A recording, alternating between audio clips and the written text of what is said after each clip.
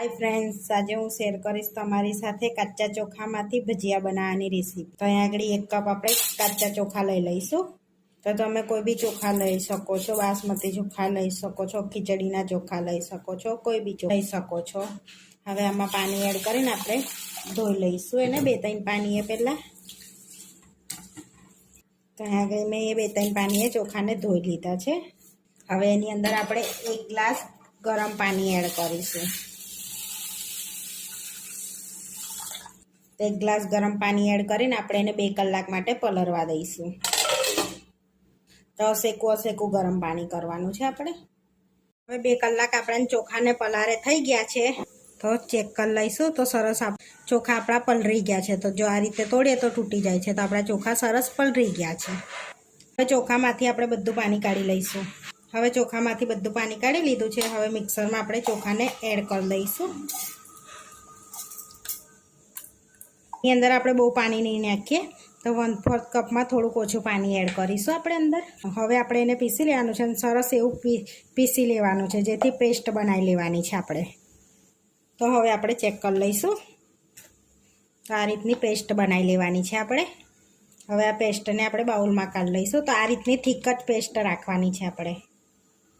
હવે આપણે એની અંદર બટાકા એડ કરવાના છે। તો અહીં આગળ 3 બટાકાને મેં બાફી લીધા હતા, બાફી અને છોલી લીધા હતા અને ઠંડા કરી લીધા છે। તો સરસ ઠંડા થઈ જાય ને પછી જ એને પીસવાના આપણે। તો હવે બાઉલમાં એડ કરી દઈશું આપણે 3 બટાકા।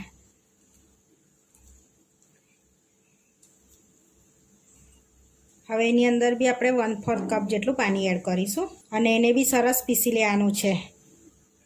તો હવે આપણે એને બી ચેક કરી લઈશું। તો આપણી આની બી પેસ્ટ બનાવી દીધી છે, એને બી એડ કરી દઈશું। હવે મિક્સ કરી લઈશું બધું પહેલાં આપણે એને। હવે આપણે 5 થી 6 મિનિટ એને સરસ ફેટી લઈશું પહેલાં, પછી એમાં મસાલા કરીશું આપણે, જેથી એની અંદર હવાના કણ ભરાય ને એ રીતનું આપણે ફેટી લેવાનું છે। તો 7 થી 8 મિનિટ સુધીને આપણે ફેટી લીધું છે। મારું ખીરું પાતળું થઈ જાય તો તમે અંદર ચોખાનો લોટ બી એડ કરી શકો છો। સ્વાદ પ્રમાણે મીઠું એડ કરીશું આપણે એની અંદર। 1 ચમચી જીરું એડ કરીશું। 1 ઝીણી કટ કરેલી ડુંગળી એડ કરીશું। તમારે ડુંગળી ના એડ કરવી હોય તો સ્કીપ કરી શકો છો તમે। થોડી હિંગ એડ કરીશું। વાડકી ધાણા એડ કરીશું। અહીંયા મરચાં આદુની પેસ્ટ એડ કરીશું। અડધી ચમચી ચીલી ફ્લેક્સ એડ કરીશું। અડધી ચમચી મરી પાવડર એડ કરીશું।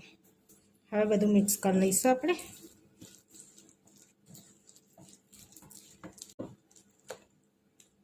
હવે બધું સરસ એવું મિક્સ થઈ ગયું છે।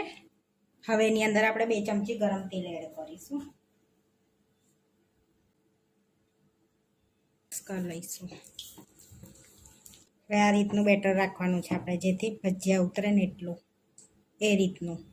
અહીંયા તેલ ગરમ કરવા મૂકી દીધું છે અને સરસ તેલ ગરમ થઈ ગયું છે આપણું।